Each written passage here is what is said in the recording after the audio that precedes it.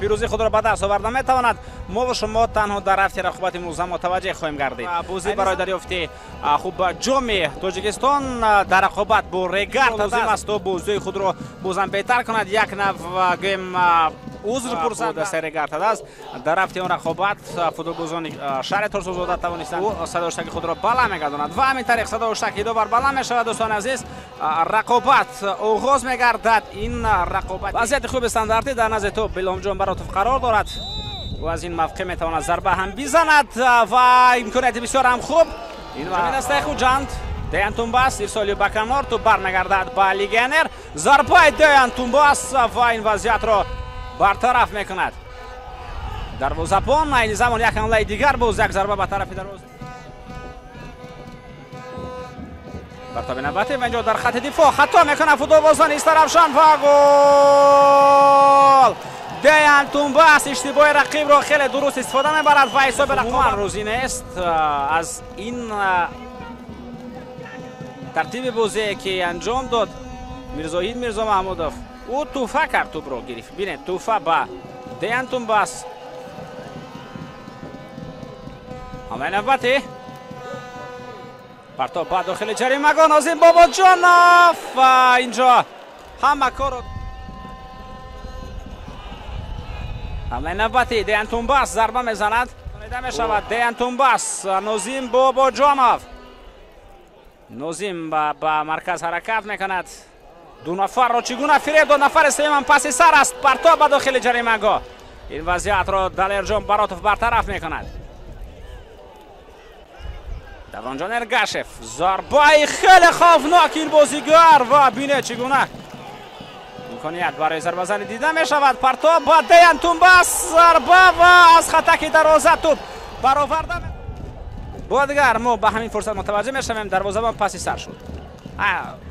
اینجا گل بود. یک نفر را برای فریب دادن یک مشکلی نیست، اما اینجا او پاس میدهد. ضربه دیان تومباس اون گل حساب کرده نشد چون که در اینجا ور هم نیست. یک ضربه دیگر و گل حساب. این گل حاجی بازیایف تو را به کنار پرتافت. اینجا یگان حالت نوبازی نیست، همه در حالت درست قرار دارد و از شهر نورک پرتاب به داخل جریمه گاه رسانیده می شود. دیان تومباس پاسیو ضربه و گل. خرسندی میکنند، استقبال مینمایند. میتوانیم بار دیگر متوجه بگردیم دیان تومباس چگونه توپ را با بویجان سنگیبویف رساند و بازیگر مذکور هم بویجان سنگیبویف با توپ حرکت میکند. وارد جریمه گاه میگردد. پاسیو حمله دسته استرافشان توسط کنار جریان دارد. ضربه الهام براتوف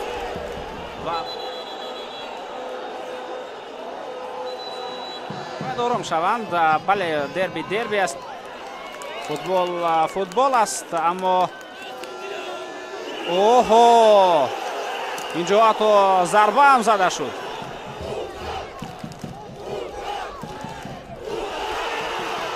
حمله نوبتی دسته خوجان ضربه و گل. پاس خیلی خوب از مرکز میدان روان کرد و نازم باباجانوف با پای چپ ضربه میزند و ضربه اجرا گردید و هجوم هم خوب بود. پاس خیلی زیبا و سر وقت احسان بابایف. یک حمله دیگری دسته استرافشان اینجا ضربه اجرا میگردد. میتواند بازی خوب خود را نشان بدهد. بازیگری که برای دسته خوجان هم بیگانه نیست. یک ضربه دیگر محمد علی عزیزبایف حرکتی و با خط حمله ادامه دارد. ضربه محمد علی و این ضربه خیلی خوب بود. هجوم نوبتی پرتاب به داخل جریمه گاه. دیان تومباس دروازه‌بان را میگذارد. این پنالتی است.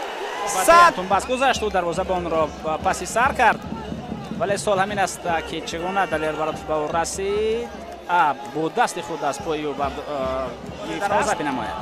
ضربه شوره شانازر و دلیر براتوف او در برگرداندن پنالتی و بسیار هم لحظه‌ای که دست میتوان توسط کنار به هجوم گذشت و خیلی خوب نازم باباجانوف هنرنمایی میکند. نازم باباجانوف ضربه و توپ اینجا پهلوتر از دروازه از میدان بیرون میرود. ضربه به خط هجوم رسانیده میشود و همین طریق دوستان ارجمند نصرالله کبیرов صداشک خود را بلند میگرداند. بازی امروزه